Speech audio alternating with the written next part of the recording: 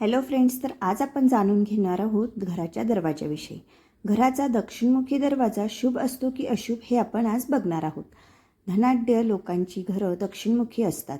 वास्तुशास्त्र आणि ज्योतिषशास्त्रात दक्षिणमुखी घरांबाबत बऱ्याच गैरसमजुती आणि अंधश्रद्धा लोकांमध्ये आहेत. काही लोक त्याला अशुभ मानतात, तर काही जण योग्य उपाय तसेच रचना केल्यास ते उत्तम मानतात. वास्तुशास्त्राच्या दृष्टिकोनातून दक्षिणमुखी घर हे अशुभ की अशुभ हे आपण बघूयात. दक्षिण दिशा यमाची, मृत्यूची दिशा मानली जाते, पण याचा अर्थ मृत्यू किंवा वाईट घडेल असा नसतो.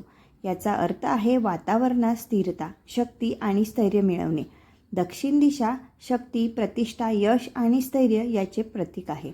व्यावसायिक तसेच श्रीमंत लोकांसाठी दक्षिणमुखी घर खूप शुभ मानले जाते. त्यामुळे असे घर जर योग्य रीतीने वास्तुशास्त्र अनुसरून बांधून घेतले तर ते भरभराटीचे ठरते. काही वास्तू उपाय: मुख्य दरवाजेचे स्थान दक्षिण पूर्व, आग्नेय कोनात किंवा दक्षिण पश्चिमेत टाळावे.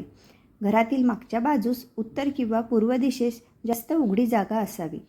घरात प्रकाश किंवा वायू एक उत्तम असावा. किचन आग्नेय दिशेला ठेवावे. बेडरूम नैऋत्य दिशेस ठेवावी. ज्योतिषशास्त्रातील दृष्टिकोन काय? दक्षिण दिशा ही मंगळ, शनीचा व यमधर्माचा प्रभाव असलेली आहे. त्यामुळे ही दिशा कर्तृत्व, कर्म आणि परिणाम या गोष्टी दर्शवते. दक्षिण दिशा मेष, सिंह, मकर राशींसाठी उत्तम मानली जाते. जर एखाद्याच्या पत्रिकेत मंगळ, सूर्य किंवा शनी बलवत्तर असतील तर दक्षिणमुखी घरं त्यांच्यासाठी अत्यंत लाभदायक ठरू शकतात. धनाढ्य लोकांची घरे दक्षिणमुखी का असतात? काही उदाहरणांवरून दिसते की बऱ्याच धनाढ्य आणि यशस्वी लोकांची घरे दक्षिणमुखी असतात. उदाहरणार्थ, भारतात काही प्रसिद्ध उद्योगपतींची घरे दक्षिणमुखी आहेत.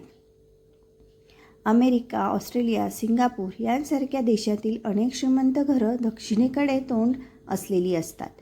पण यातील महत्त्वाची गोष्ट ही आहे की घराबरोबरच रचना, वास्तू, सिद्धांत आणि वास्तव्य करणाऱ्यांचे ग्रहबल महत्त्वाचे असते. चला तर मग अशाच नवनवीन माहितींसाठी चॅनलला जरूर सबस्क्राईब करा. धन्यवाद.